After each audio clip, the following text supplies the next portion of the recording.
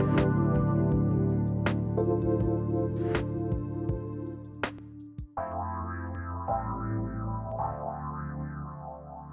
my name is Craig Richardson, and welcome to Mind to Heart.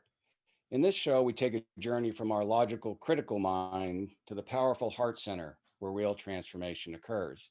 My guests help us understand our journeys by telling us about their paths and lessons they learned along the way. In September 2019, I traveled to the UK to participate in a week-long psychic development program at a school called Arthur Findlay College. In the US, we'd like to say that Arthur Findlay College is the Harvard of mediumship programs, although I'm sure my guests would probably say it's more like the Oxford or Cambridge of mediumship development programs. For those who don't know, spiritualism developed in the 1800s in the UK and the USA nearly simultaneously, which is not surprising because, as they say, we are two countries separated by a common language. Arthur Findlay was a well-known English spiritualist and president of the Spiritualist National Union. He donated a beautiful manor home in the mid 20th century for the purposes of advancing psychic science. Like everything else in England, not only were the surroundings beautiful, but the Arthur Findlay program was also top notch with extremely well trained and dedicated mentors. In retrospect, the trip was incredibly important for me at that time in my life. My mother had passed away the month before, leaving me an orphan, and I had not fully grasped or grieved the situation. The program was educational from a psychic development point of view, but for me and others in the program, it was transformational from a personal and spiritual perspective. One of our two mentors that week was Sally Barnes, my guest today. The other was another wonderful teacher and medium, Irene McGilvery from Scotland. Sally's grace and poise were evident from the first time I met her. Her quiet confidence, grasp of the material, and most of all, her healing touch were just what I needed at the time. She experienced psychic phenomena from the time she was a child and ultimately dedicated her life to mediumship and healing, as we'll hear more of. I also had the pleasure of doing a private reading with Sally during that week. She zeroed in on my issues immediately, and her loving healing power really helped me make strides in overcoming both my parents' departures. As we'll hear from Sally, healing goes hand in hand with psychic and mediumship gifts.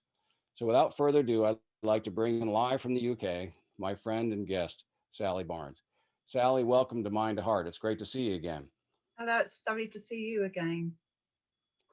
Well, I'd like to start, maybe not fully at the beginning, because we'll get more into your childhood, but can you just start off by giving us a sense of when you were a child and some of the experiences? I know that in your bio it talks about you heard whispering and other, but can you just kind of walk us through how that all unfolded for you, how old you are, and what it was you experienced? Yes, certainly. I was really quite young. I would say 8 or 9 years old when I first became aware that I was hearing voices. I would hear my name being called. I would hear like whispered conversations in the corner of a room. Very often at night, I would see forms, hazy forms, walk across the room, and just always was very often had a sense that someone was there, someone was standing beside me watching me. And it used to frighten me. Obviously, I think most people at that age it would, but it became so often that I started to lose the fear. I started to lose it. And then I would talk to people about it, and obviously gets looked at very strangely, and would try to talk to my colleagues or my friends at school. And I know that there were more than one or two that thought I was a bit strange because I tried to talk to them about these things. And I always recall I was 8 years old at primary school, and we were laying on the grass and playing, making pictures and faces in the clouds. And I remember turning to them and saying, "You do know that there's more to life than what we can see, what we can touch, etc." And they didn't know what I meant, which was kind of understandable because I didn't know what I meant at that time. They were. Yeah, I was It gonna was say that's pretty philosophical for an 8 or 9 year old, right? yes. I didn't know what I meant, and I can remember afterwards thinking, "What was I saying?"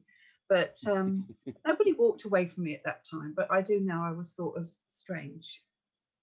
Now, when you were around, did you find any of your friends or anybody in the neighborhood that was anybody else kind of like that? Did you ever kind of get into playing into seances or anything?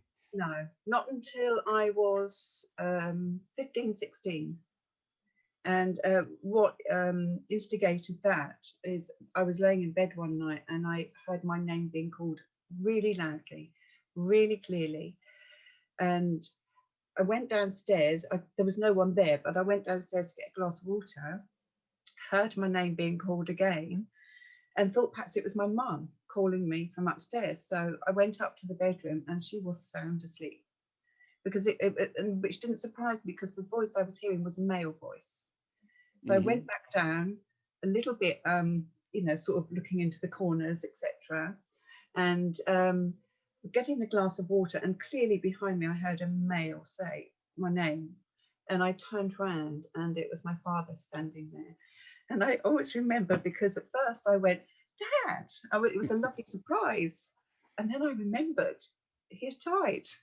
So then it was like, oh no, Dad.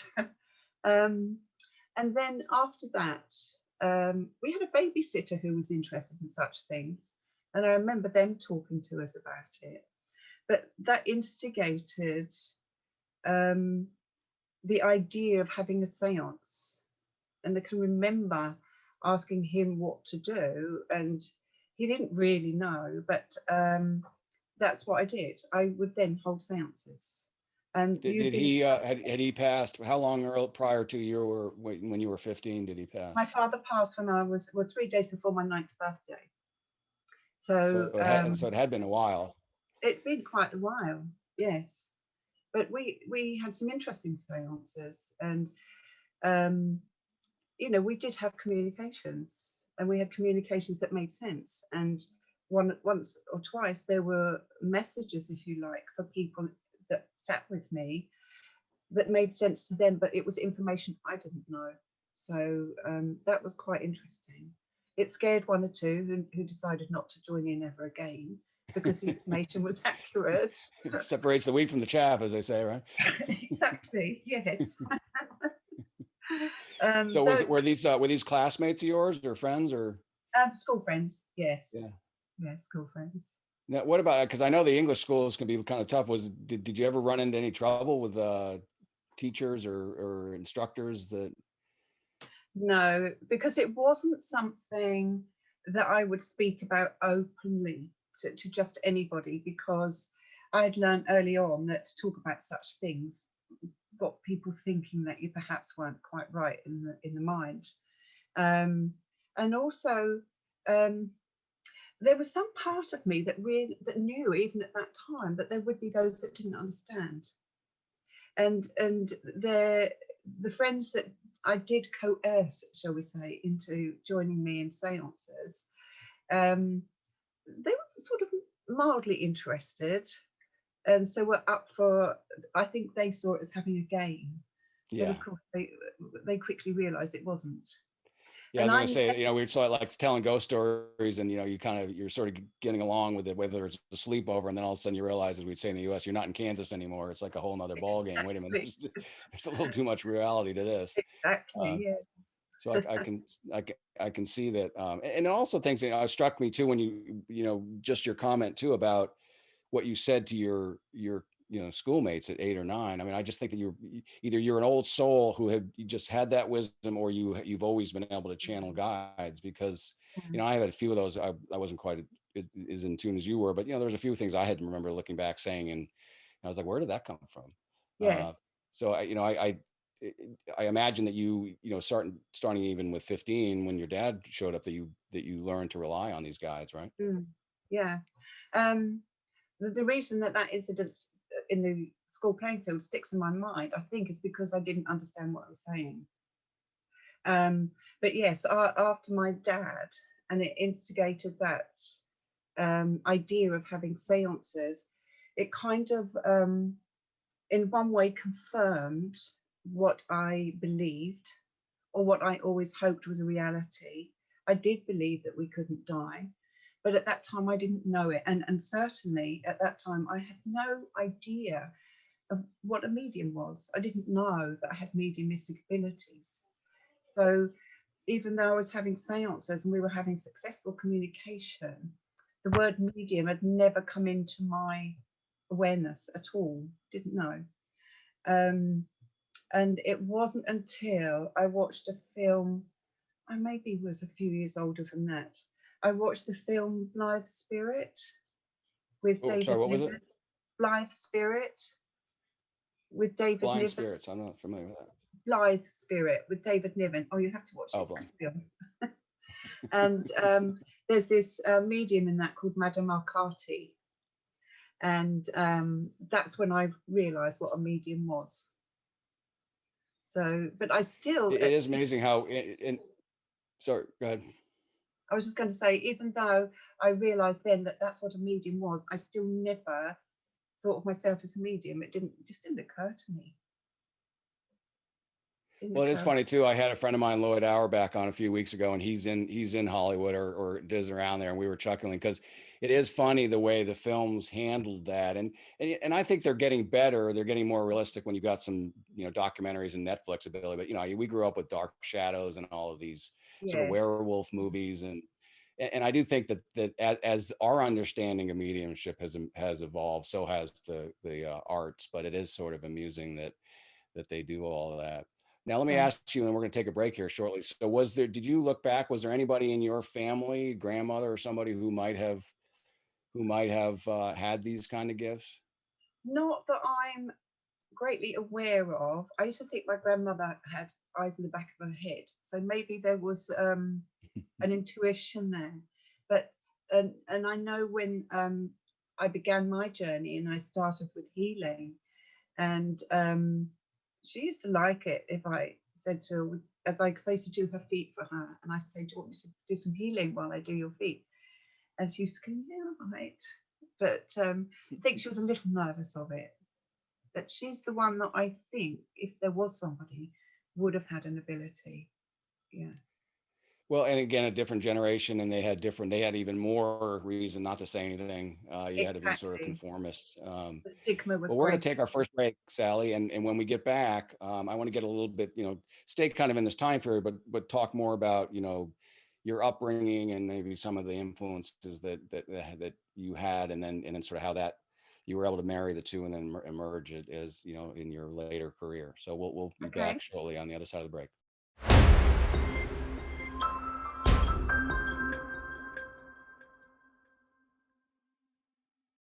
Hi, welcome back to Mind to Heart with your host, Craig Richardson. I'm delighted to have my guest, Sally Barnes from the UK, and she's a medium and healer.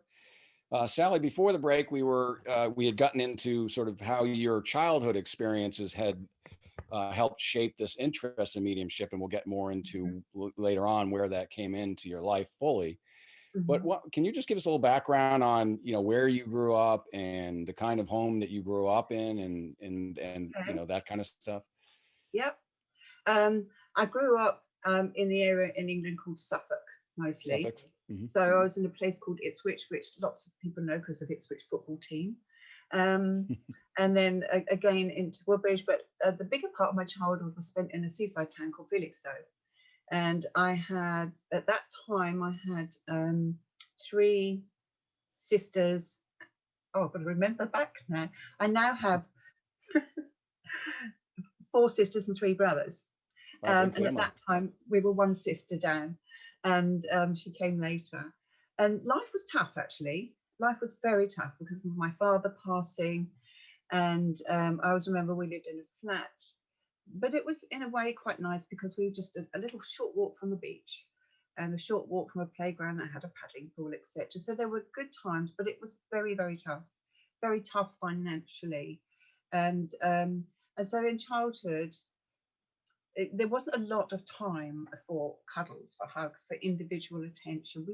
I always laugh and say we were herded um, Mm. through life at that point. And but then much later on, again, interestingly, when I was about 14 going on 15, my mum met this gentleman who became our stepfather. Amazing man, changed our lives, brought sanity into it. And even though at that point she had 7 children, um, he fed us, homed us, clothed us. And what's interesting, I think he's the first person that came into life, apart from my grandmother, that showed what unconditional love is, because Mm. he gave without wanting anything back. He fed us, he homed us, he clothed us, and we weren't his children. But he was an amazing man, never raised his voice or his hand. And then he and my mom had a daughter between them, my youngest sister. And so life after that was much, much better, and felt freer. And there was lots of laughter and what have you. Um, I don't know what else to talk about. I loved school. I really loved school. And but my mum, she kind of, yeah, I'm going to have to use the words because it's how it was. She made myself, because I have a twin sister, and she made us leave school and get work so we could start contributing to the household. Although my stepfather, I felt, provided more than adequately. Um, and then life just moved on. Slowly but surely, each of us left home, got married. I had a previous marriage to the husband that I had my children with.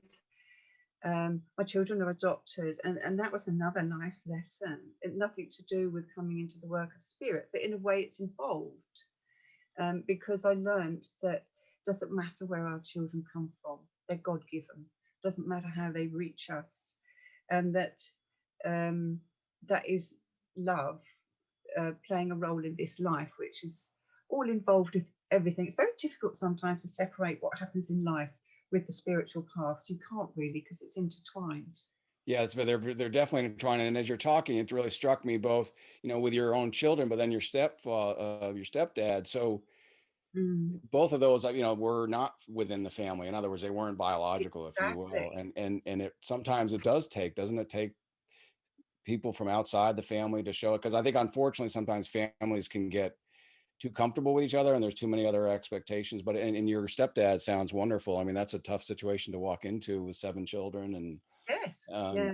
and I can imagine that was also very tough on you when in those are very formative years. And whatnot, would you were like 9 and when your dad died, and then 15 when so I Mm, can imagine that, with that many people, and at that age you don't get it, but now you do. You look back and see the situation your mom was in. I mean, that must have been very tough on her. absolutely. It was tough.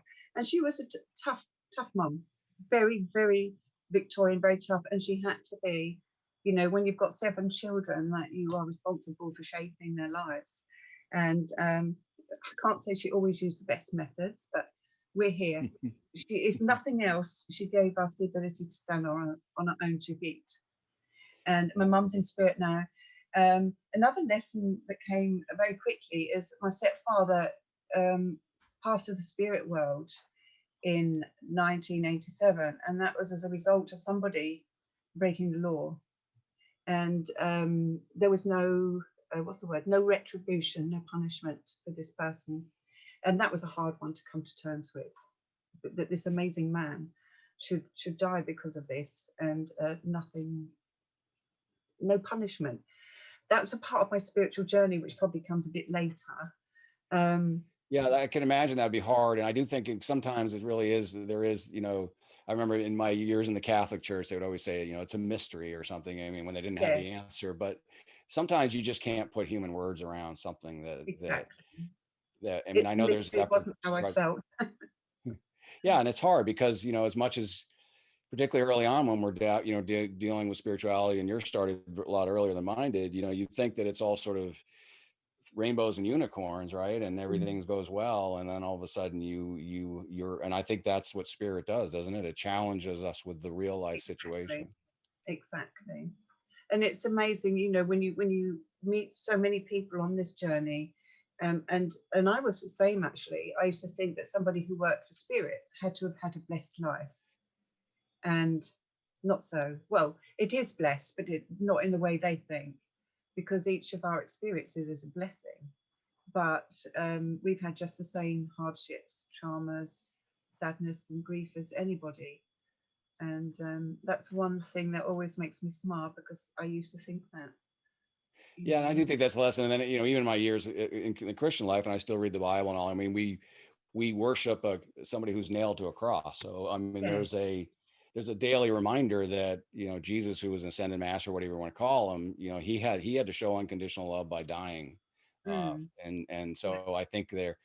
that is a much more mature but difficult role, I think, or difficult understanding to get to eventually. And Mm. speaking of religion, I just wanted to touch a little bit about, what did you have religious upbringings? Was there things around you that, I mean, Christian probably if you're in England, but I was christened into the Christian church, into the Church of England, but my family was very non-religious.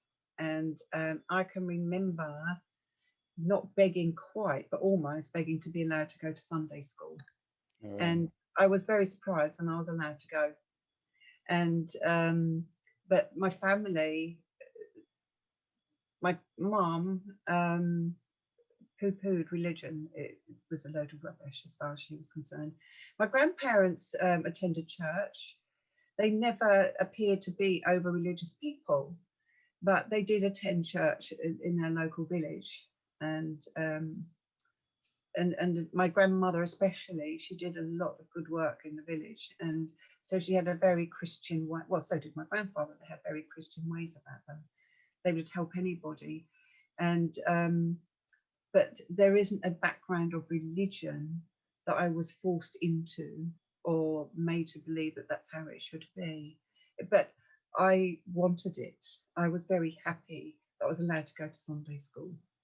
Yeah, because it does bring a sense of grounding. And I think even, and I love those small villages in England, and it was more than just a religion, wasn't it? It was really it was kind of the social center for the town, and they had Exactly. the Lenten Friday fish dinners. I mean, there was just part of Exactly. Yes, and so I it was think the people got a community. lot of fellowship out of it. Exactly. But other than that, no religious aspect. But I do remember, even when I was young, I don't know if you have it where you are, but on the end of chapel walls or church walls, they used to say, and Jesus said, and then there'd be a quote. And I can remember reading them, and very often they'd make me feel quite tearful. So there was some kind of connection there that nobody taught me, nobody told me I should have, but I would feel it. And so that's always been there.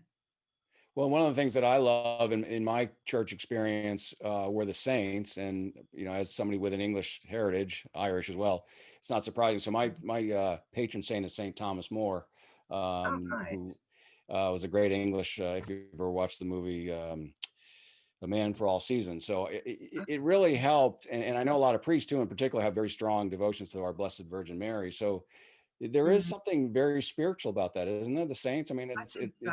they can come Yeah, alive, and I think that might be what you picked up on. absolutely. It could be. Um, and I think it's more interesting to me as an adult thinking back because I didn't know why or understand at that time why I would feel emotional, why I would feel that I wanted to go and learn more at Sunday school, etc. But having said that, as I grew up, I was never, apart from christenings and weddings, I didn't become a church goer. And I always had this feeling that my church was the garden. My church Hmm. was on the beach. I never felt the need to go and be in a brick building, even if it was dedicated to that religion. I Well, I would actually think far that's a very mature view of religion, actually, because I do think it's every, when, and I've actually had priests who said this, from the pulpit, look, this hour a week isn't just this, you need to live and breathe and be party, but I think a exactly. lot of people do think they kind of punch the clock on that Sunday morning and all. Yeah, And it's also, I have a friend too whose parents, her mom was kind of new age hippie type, and she did the same thing because she was sort of dragged around the back of a VW van and stuff, and she actually yeah. found formal religion very comforting to her. She kind of went through, maybe part of it was rebelling against her mother, but um, I've actually seen it both ways. I've also seen where the church is so restrictive and people rebel against the fact that they don't allow anything, psychics or anything. So I Mm, just think, the way I look at it is you sort of take it for what it was, and then mm. hopefully, you learn, took what you needed and moved on. The first time I really enjoyed a church was actually one in Felixstowe at a wedding, and the priest there was fabulous, and he believed in healing and hands-on healing. And then when my mother passed to the spirit world, a sister organised the funeral, and I don't know where he came from, but they had a priest that did the service, and I became quite upset and angry in the service because he was all about hell and her sins, and Yeah, that's just uh, and oh my goodness, I was so upset. But I gave the eulogy on that day, and I spoke about my mum as my mum. I didn't nice it up. I didn't big it up. I spoke about her as my mum. And I always remember this priest coming up to me afterwards, and this isn't to show off, but he said to me, I've been doing this job for 60 years. And I thought, I'm not surprised when after I've listened to you speak. And he said, that's the best eulogy I've had. Oh, neat. Because I put the spiritual twist into it as well, because that's what I felt. Well, no, that's And beautiful. People are ready to hear it too, I think. yeah, yeah. And Well, I think you're right. There's some churches that will be very too old school, and there are some that are now very much coming in to meet yeah, with who it is today. well, that's the time. Well, when we get back, we're going to take a quick break here, and we're going to get into more of how your gifts emerge really into a life's purpose. So we'll hear more about that when we get back after the break.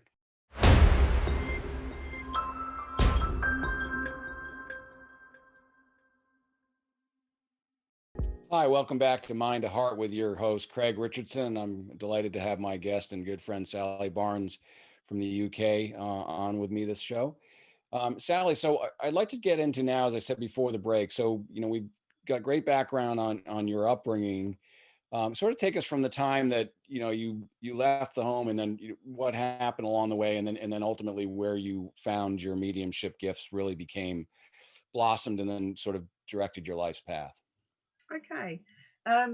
So yes, I left home when I got married at 21, and at that point, um, mediumship and wasn't really in my awareness at that time. I still enjoyed reading about, listening about the paranormal, and I still enjoyed if I was with a group of friends, if I could get them moving to a conversation about what do you think happens when we die, I would just love it. And again, it was a mixed reaction. But I got married. Sadly, that didn't work out. And then 4 years later, we parted and we got divorced. And then I met my second husband, and we got married, wanted a family. I couldn't have children. And so we adopted two gorgeous children. And I have this last year become a grandmother for the first time, which is just amazing. And I'm thoroughly enjoying that. Well, excuse me, I have to say this. I've been delighted because your daughter, I guess it is, does these cartoon types of things that, and you post them on Facebook, where that's wonderful me that does creative that. messages about, Yeah, no, that's me that does that. it's wonderful. So that is a great thing. Yeah. Oh, that's you that does that? I thought she was doing it for you. Oh, well, you're the creative one then. She sends the photos and I choose them and make little captions for them. Oh yeah, and that was Well, you're in my business now, communications. and that sort of kept the sunshine going throughout all the lockdown periods. But it was we'd adopted our son, and then the daughter came along, and interestingly, this is quick. I have to include this. We had decided that the one son was enough, that we wouldn't worry about adopting a second child. And we had this discussion one night. We were quite happy. We knew how difficult it was for other people. So we said, look, we're blessed. Let's let this go now. And we decided one night that the next morning I would phone social service and say, remove us from the list. But before I could phone them, they phoned us and said, we have a daughter for you. And I didn't realize how much I would love a daughter until the phone call. And both children have changed our lives. I mean, I can't even say how it does, because it's just pure joy. But it was shortly after my daughter became, she was about 8 or 9 months old, and I suddenly became quite ill, and nothing definitive, but I couldn't move much. I hurt, my body hurt, and I found myself not able to do very much. So I had to go and see a medical specialist who pushed and pulled and twisted and what have you. And he really, in a way, was the one that got me thinking more, because he attributed my condition to the need to release trauma from the past. Oh, wow. And I remember coming out of that first session. It's a long story, so I won't go right into it. Thinking, oh my gosh, this man's a healer. And I thought, because he put his hand, I remember he put his hands on my back, and then it was just a few words he whispered, and I know he did it intentionally, but not for me to know that he did it on purpose, if that makes sense. Mm-hmm. And it kind of got a ball rolling inside me emotionally. But anyway, I moved through that, and then it was a little bit later on, I met somebody, and he started telling me things about myself, and I thought, how do you know this? And cutting a long story again short, this encounter, at the end of this conversation, he revealed that he was a medium. Oh, wow. And then he said to me, you do know you're a medium? Oh. And I said, yes. And I knew it. I knew it as clearly as I've ever known anything in my life, without doubt, totally convicted. And I was 36 at the time. 36. Okay. 36 years old at the time. And I can remember asking him, I was hooked.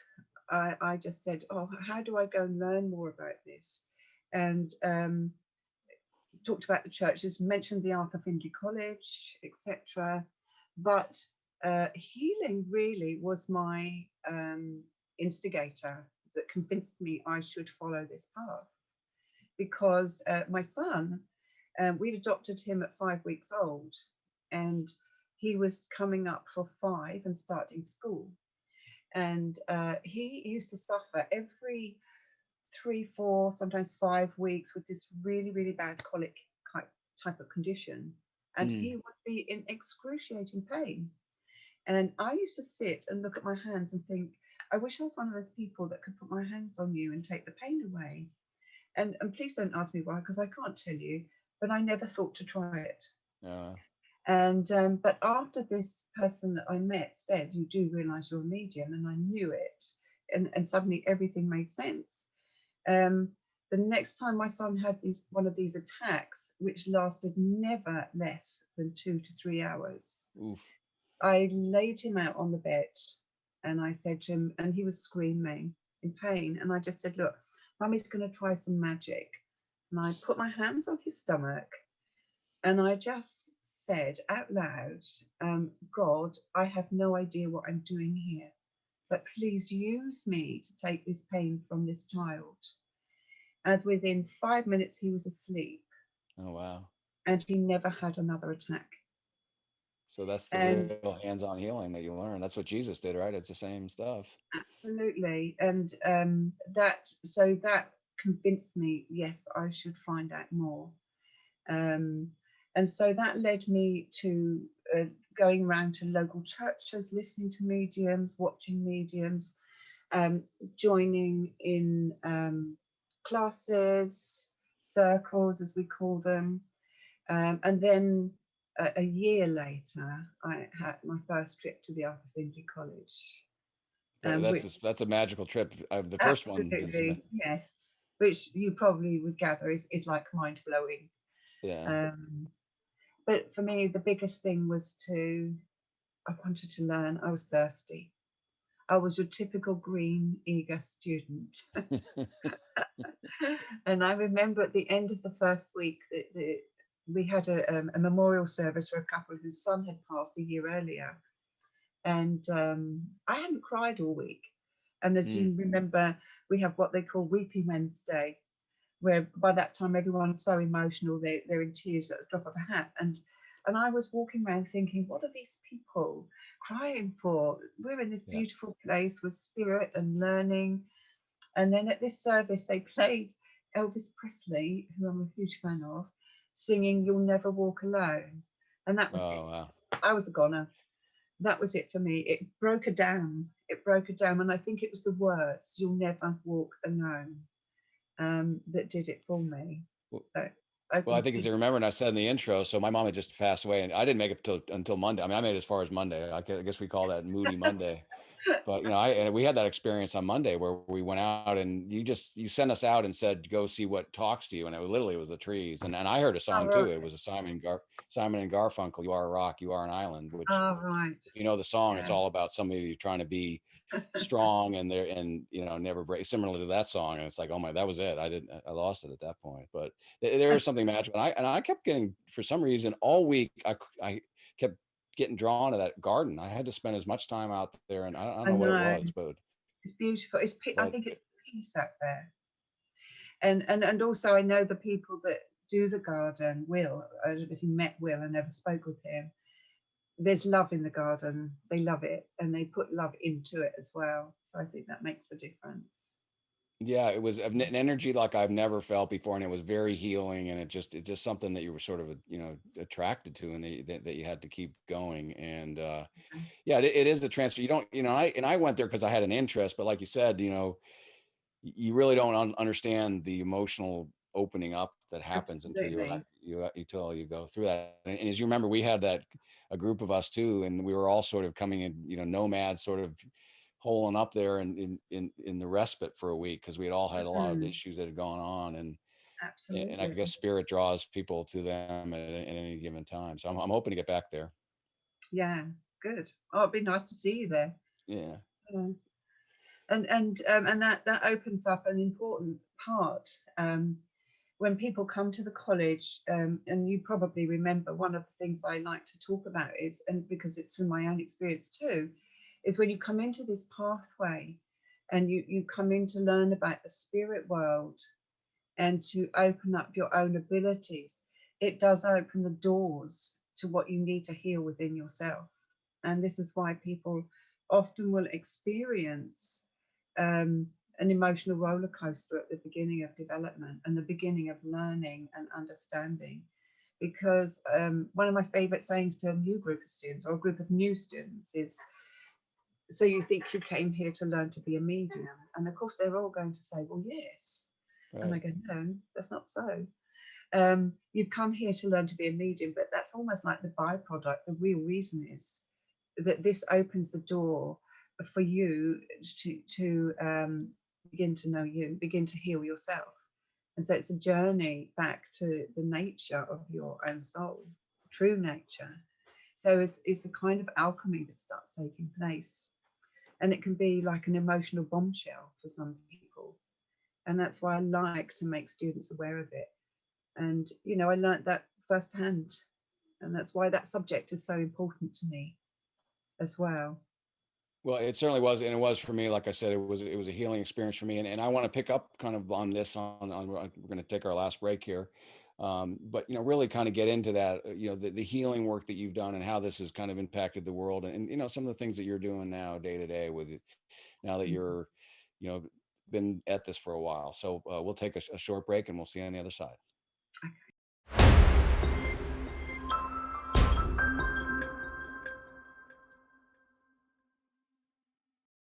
Hi, welcome back to Mind to Heart with your host Craig Richardson and my guest Sally Barnes, who's a medium and a healer. Sally, we've got our last segment here, and I think what I really like to do is to get into where we left off. And we discussed our experiences at Arthur Finley, and that was your first trip there. So obviously, that trip and that first time you there, sort of, it may not have sent you on that path. You were already on that path, but clearly that became your calling. So maybe kind of pick up there and tell us how that ultimately became what you do on a day-to-day basis. Okay. Um, I went there the very first time with a friend, and I can remember standing in the foyer and saying to her, and again, it was one of those things that just came out of my mouth. And I just said to her, I'm going to teach here one day. Uh, And I looked at her and said, I'm nuts, aren't I? Why did I say that? Um, but what I think was important is I suddenly realized that I was going to go on and teach, whether it was there or anywhere else. Um, so I knew I needed to learn as much as I could, and I needed to develop as best as I could, to develop the potential to the full ability that it was possible. Um, and I went the first 2 years. I went to the same course, and it was with an amazing tutor called Mavis Patilla, and And I went on the same beginner's course 2 years running because I could only do 1 week a year at the time. And I because I wanted to be sure I'd laid the foundation correctly. So I did that, and then I went on once a year for many years. A whole host of fabulous tutors, each one offering something different. I'm a great believer that, to hear different people and to Sure. put it this way, read different books helps you to find what you need. And and then yes, I loved it, but I also did courses outside. And within the first 5 years, I was already teaching and running groups outside in the outside world, as we call it, as Mm. opposed to the college. And then it was actually Mavis Patilla who 2 or 3 years running said to me, have you thought about becoming a tutor here? And said some very nice complimentary things, but I wasn't ready. I didn't feel ready inwardly, because one of the things this taught me was that I always felt I was a confident person and had good self-esteem. And moving into this and that healing effect that we were talking about previously made me realize I wasn't. I, I, Mm. I was so lacking in confidence and self-esteem. I was actually quite shocked to realize it. So I knew that the knowledge, the practice, the experience was what I needed to get in order to work on building that. And then eventually there was one year I walked in. I remember walking through the bar, and Mavis called me over and said, "Have you done it yet?" And I said, "I've just done it this year," where I had applied. But what I did first is I took a degree level teaching adult course in the outside world first to boost my confidence. And this is another thing I'll always recommend to students. If you find there's an area that you need to boost, do it in the outside world. It doesn't have to be connected to spirit and spiritualism. Build your confidence somewhere else and then apply it. So that's what I did. And and I used to go to courses, local courses. I still attended churches. I ran groups at different churches. Is the Um, spiritualist church over there? The spirit, spiritualist church? Yeah. spiritualist churches, and also for, well, I mean, 27 odd years, I would do what we call services. So you saw the Sunday service at the Yeah. college. Right. Um, and it's a bit different here because where you have 3 or 4 mediums on the platform at the college, one does the prayers, the address, um, then you have maybe a couple that will do communication. In our churches, you do the whole lot. So at least twice a month for all of those years, I would do one, usually 2 a month of those. So it all contributed to experience and to building it and to building the abilities, because as you've probably heard many times at the college, you never stop learning. You Yeah. can never stop progressing. You can never stop improving.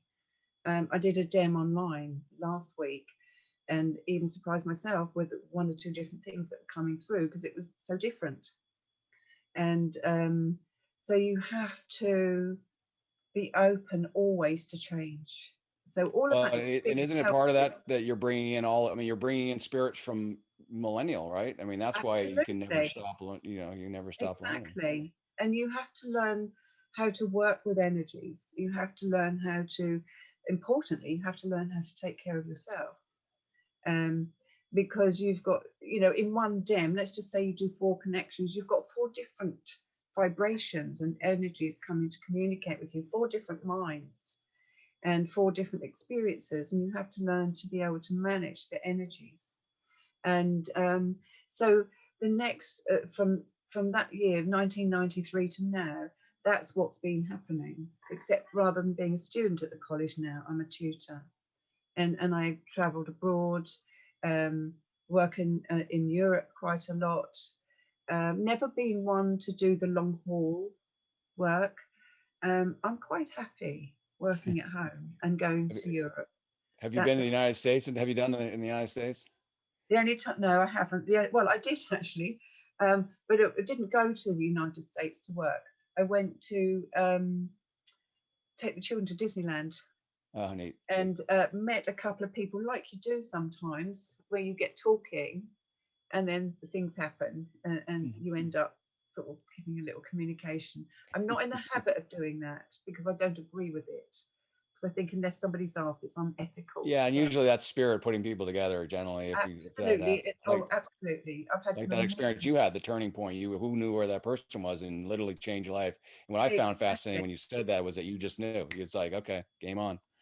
Yeah, exactly. I remember changing once. He must have been 6'4", biker, full biker gear, beard, a real kind of what do you call it? It's a Hell's Angel look. Yeah, yeah, Hell's And Angels, right? sitting at a bench in a Burger King garden, and poof, it happened. Amazing. And when there's no way I'd approach somebody like that, but we just got talking, and I do Yeah, I believe know that it's then, yeah, then it's right. It's right to do it. But spirits. yeah, so I've kept busy, and I'm keeping busy. But like most people over the last year or 15 months, been very different. And at first, I really disliked working on Zoom. Mm, Um, However, having said that, I had already do because I do one-to-one teaching on Zoom and I do readings on Zoom. So I'd already been doing that, but it was the changing the whole working life to Zoom. Having said that, I'm getting far more used to it, and there is a bonus to not having to keep packing a suitcase. In England, fine, but I'm talking about the flight trips. sure. There's been a lovely bonus not having to keep packing, making sure you've got this and this and this, and sitting around airports, long drives to airports. I think Um, there's going to be I think there'll be a balance going forward because there still is nothing like, those experiences that we discussed. But at the same time, you can pick and choose, or you can, instead of going to, Absolutely. you can do, well, we only have Um, a couple minutes left and I want to kind of wrap this all up. okay. Um, so can you just tell me generally, looking back, what this whole journey has meant to you, what the major lessons you've learned along the way and what you want to pass on to the viewers? Um, I'm not sure if I call them lessons as realizations. Um, I think the biggest realization is um, learning that this coming into this world, coming into this field, if you like, teachers taught me that I wasn't who I thought I was. I was, but there was a lot that I thought I was that I wasn't. So what I mean by that is, it might sound a bit strange. The first lesson I had, if you like, was that what we experience in this life, if it's tough, if it's traumatic, if it's bad, um, is not punishment. Mm, And that and that seems a strange thing to say, but I always thought through some of the things I'd experienced that I had to have been a bad person to attract that, even as a child, and and that, that there is a God. Now, I'd always believed in God and I'd always believed in the spirit world, but when I knew it was real, that what I believed was true, and then I then came to realize and that it wasn't punishment, but not only that. I think what most people want in life is to feel loved and not to feel rejection. And I realized that it was there, that it was there. Um, and so that gave kind of the ability to move through future experiences in a very, very different way, in a positive way. Um, yes, we've got to experience things in life, and yes, we will still know pain, we will still know grief, because this understanding doesn't relieve you from that. You've still got to live the human part, the human experience, but it brings you strength. yeah, and I think that's a beautiful way to conclude. It does bring that you do bring strength through this, through knowledge, and that was really Mm. beautifully said. Sally, I really want to thank you for spending this hour. I know it's getting to be Friday evening your time. It was wonderful to Yes, see you again, and I'll look forward to likewise. hopefully seeing you in person in That would be September. lovely. Yeah, and we can have a big hug then when we do. Well, thanks again, and God bless. God bless you too. Thanks, All right, Craig. thank you. Bye. Thanks for listening to Mind to Heart with me, Craig Richardson. My path has led me from the Protestant and Catholic churches as well as studies in alchemy, mediumship, Eastern philosophy, and most recently, Edgar Cayce and transpersonal psychology. As an intuitive life coach, I am ready to guide you to an amazing life. For more information about me, visit craigericardson.com.